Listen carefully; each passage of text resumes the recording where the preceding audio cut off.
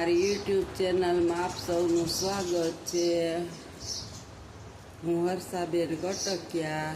જો આજે આપણે બનાવવાના છે ગરમેલનું અથાણું। એના માટે આપણે કિલો એક ગરમેલ લીધી છે અને આવી જોઈને લીધી છે, સફેદ હોય ને એવી। જો હવે આપણે એની છાલ ઉતારી લેશું। જો આવી રીતના આપણે બધી છાલ ઉતારી લેશું પહેલાં, અને પછી હું તમને આને પાણીમાં નાખતી જવાની। આપણે ડોલ પાણીની ભરીને લઈ લીધી છે, એમાં આપણે નાખતા જશું, પછી આપણે આગળ જોશું। આપણે ગરમેલ બધી છોલી લીધી છે મસ્તની। હવે આપણે એને 3-4 પાણીએ ધોશું। હજુ તો પાણીમાં જ નાખીશું। આપણે આને 3-4 પાણીએ ધોઈ નાખશું અને બદલાવી નાખશું પાણી।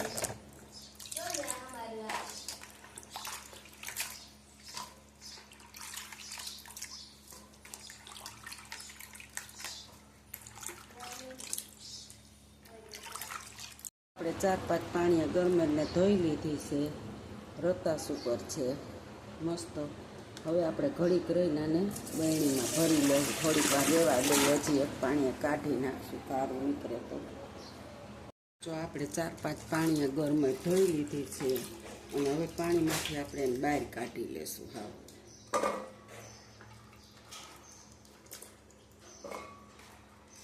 આ ગરમેલ છે ને થોડીક રતાસ ઉપર છે, સફેદ। અમારે ત્યાં ગામડું રીવા આવે ત્યારે લેવાની હોય।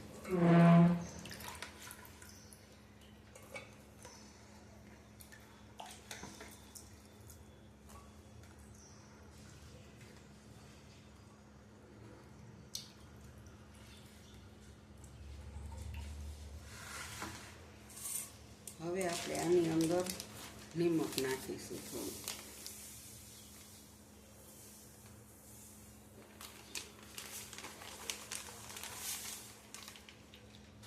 એટલું નિમક નાખીશું।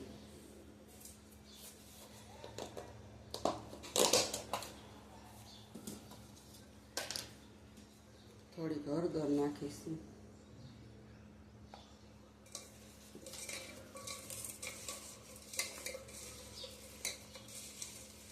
આને પહેલાં હળદર મીઠામાં આમ ચોરી લેવાનું।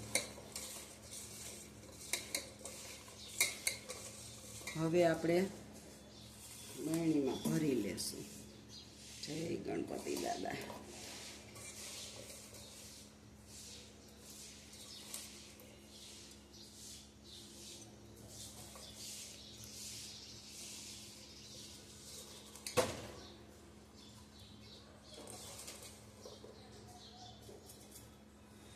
હું બધાને હળદર મીઠું ચડી ગયા સરસ મજાના।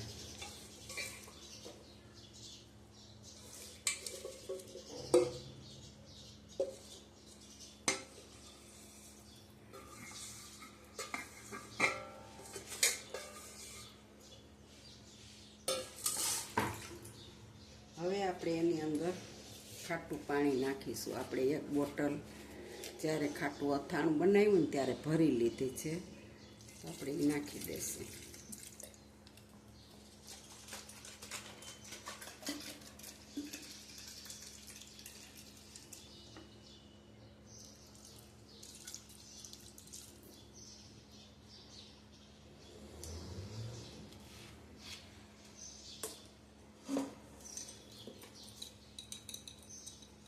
આમાં આપણે કેરી થોડીક ખમણીને ભેગી નાખી દીધી હતી, ખમણની।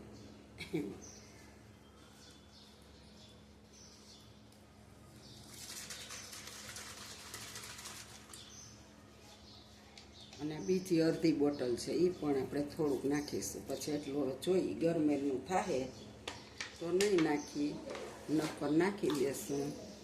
અને તમે જોઈ શકો છો હવે આપણે આને 10થી 15 દિવસ પછી અથાણું ખાવાનું હોય। તો આપણું અથાણું ગરમેલનું તૈયાર છે।